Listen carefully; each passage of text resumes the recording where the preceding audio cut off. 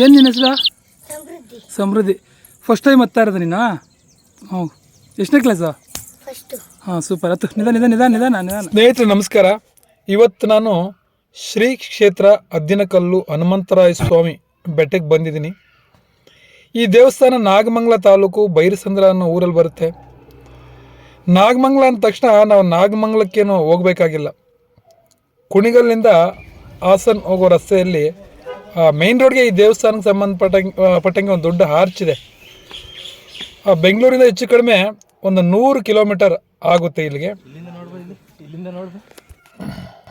ನಾನು ಬೆಂಗಳೂರು ಬಿಟ್ಟಾಗ ಬೆಳಗ್ಗೆ 5:30 ಹೋಗ್ತಾ ರಸ್ತೆಯಲ್ಲೇ ತಿಂಡಿ ಕಾಫಿ ಎಲ್ಲ ಮುಗಿಸ್ಕೊಂಡು ಇಲ್ಲಿ 8:30ಗೆ ಬಂದೆ.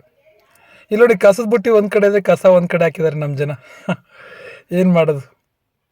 ನಿನ್ನ ಹೆಸರೇನಾ? ಯಾವೂರು? ಎಷ್ಟನೇ ಕ್ಲಾಸು? 2ನೇ ಕ್ಲಾಸು. ತುರುವೇಕೆರೆಯಿಂದ ಬಂದಿದ್ಯಾ? ಬೆಟ್ಟ ಹತ್ತಿಯಾ? ಇದೇ ಫಸ್ಟ್ ಟೈಮ್ ತುಂಬ ಸಲ ಬಂದಿದ್ಯಾ? ಇದೇ 2ನೇ ಸಲ. 2ನೇ ಸಲಿನಾ? ಆತ ಬೈಕ್ ನಿಲ್ಲಿಸಿ ಬೆಟ್ಟ ಹತ್ತೋಣ ಅಂತ ಹೊರಟೆ. ಅಲ್ಲಿ ಕೆಲವರು ಸ್ಲಿಪ್ಪರು ಶೂ ಹಾಕ್ಕೊಂಡು ಹೋಗ್ಬೋದು. ಬೆಟ್ಟದ ಮೇಲೆ ಬಿಡೋದಕ್ಕೆ ಜಾಗ ಇದೆ, ಮತ್ತು ಅಲ್ಲೇ ಕೈ ಕಾಲು ತೊಳ್ಕೊಳ್ಳೋದಕ್ಕೂ ನೀರಿನ ವ್ಯವಸ್ಥೆ ಇದೆ ಅಂತ ಅಂದರು. ಆದರೆ ಒಂದು ಅಜ್ಜಿ ಮಾತ್ರ ಶೂ ಚಪ್ಪಲಿ ಹಾಕ್ಕೊಂಡು ಹೋಗಬೇಡಿ ಅಂದ್ಬಿಟ್ರು. ನನಗೆ ಸ್ವಲ್ಪ ಕನ್ಫ್ಯೂಷನ್ ಆಯಿತು, ಏನು ಮಾಡೋದು ಗೊತ್ತಾಗಲಿಲ್ಲ. ಅದಕ್ಕೆ ಶೂ ಅಲ್ಲೇ ಬಿಟ್ಟು ಸಾಕ್ಸ್ ಇರಲಿ ಅಂತ ಸಾಕ್ಸಲ್ಲೇ ನಾನು ಹೋದೆ. ಬೆಳಗ್ಗೆ ಸ್ವಲ್ಪ ಬಿಸಿಲು ಕಡಿಮೆ ಇತ್ತು, ಮತ್ತು ನಾನು ಸಾಕ್ಸ ಹಾಕಿದ್ನಲ್ಲ, ಅದರಿಂದ ನನಗೆ ಏನೂ ಸಮಸ್ಯೆ ಆಗಲಿಲ್ಲ.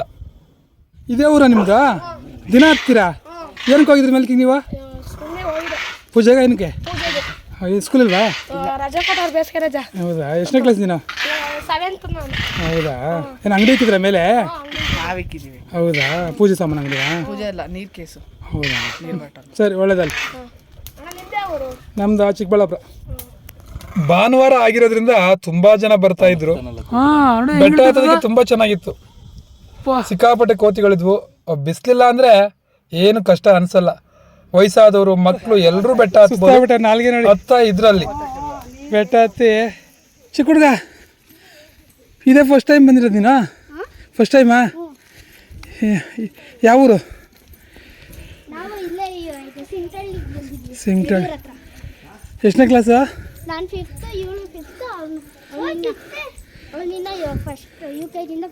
ಈ ದೇವಸ್ಥಾನಕ್ಕೆ ಬಂದು ಫಸ್ಟ್ ಟೈಮ್ ಮುಂಚೆ ಬಂದಿದ್ದ? ಹೌದಾ?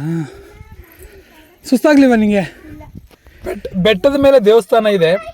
ದೇವಸ್ಥಾನದಲ್ಲಿ ಪೂಜೆ ಸ್ವಲ್ಪ ಲೇಟ್ ಆಯಿತು. ಆ ಕಾರಣದಿಂದ ಬೆಟ್ಟ ವಾಪಸ್ ಇಳಿಬೇಕಾದ್ರೆ ಮಧ್ಯಾಹ್ನ ಆಯಿತು. ಸಿಕ್ಕಾಪಟ್ಟೆ ಬಿಸಿಲು. ಬೆಟ್ಟ ಇಳಿಬೇಕಾದ್ರೆ ಹತ್ತಬೇಕಾದ್ರೆ ಅಲ್ಲೆಲ್ಲೂ ಮರಗಳಿಲ್ಲ, ನೆರಳನ್ನದೇ ಇಲ್ಲ. ಸಿಕ್ಕಾಪಟ್ಟೆ ಬಿಸಿಲು. ತುಂಬ ಜನ ಅಳ್ತಾ ಇದ್ರು ಇಳಿಬೇಕಾದ್ರೆ, ಯಾಕಂದರೆ ಕಾಲು ಅಷ್ಟು ಸುಡ್ತಾ ಇತ್ತು, ಬೊಬ್ಬೆ ಬರ್ತಿತ್ತು. ಕೆಲವೊಬ್ಬರು ಆ ಕಾಲ್ಗೊಂದು ಖರ್ಚಿಪ್ಪು, ಈ ಕಾಲ್ಗೊಂದು ಖರ್ಚಿಪ್ಪು ಸಾಕ್ಸ್ ಥರ ಕಟ್ಕೊಂಡು ಇಳಿದ್ರು. ಬೆಟ್ಟಕ್ಕೆ ಹೋಗೋರು ಚಪ್ಪಲಿ ಶೂ ಹಾಕ್ಕೊಂಡು ಹೋಗಿ. ಒಂದು ವೇಳೆ ನಿಮಗೆ ಮನಸ್ಸು ಒಪ್ಪಲಿಲ್ಲ ಅಂದರೆ ಸಾಕ್ಸಾದರೂ ಹಾಕ್ಕೊಂಡು ಹೋಗಿ. ಇಲ್ಲಾಂದರೆ ಕಾಲು ಬೊಬ್ಬೆ ಬರುತ್ತೆ, ನಡೆಯೋಕ್ಕೆ ಆಗಲ್ಲ, ತುಂಬ ಕಷ್ಟ ಆಗುತ್ತೆ.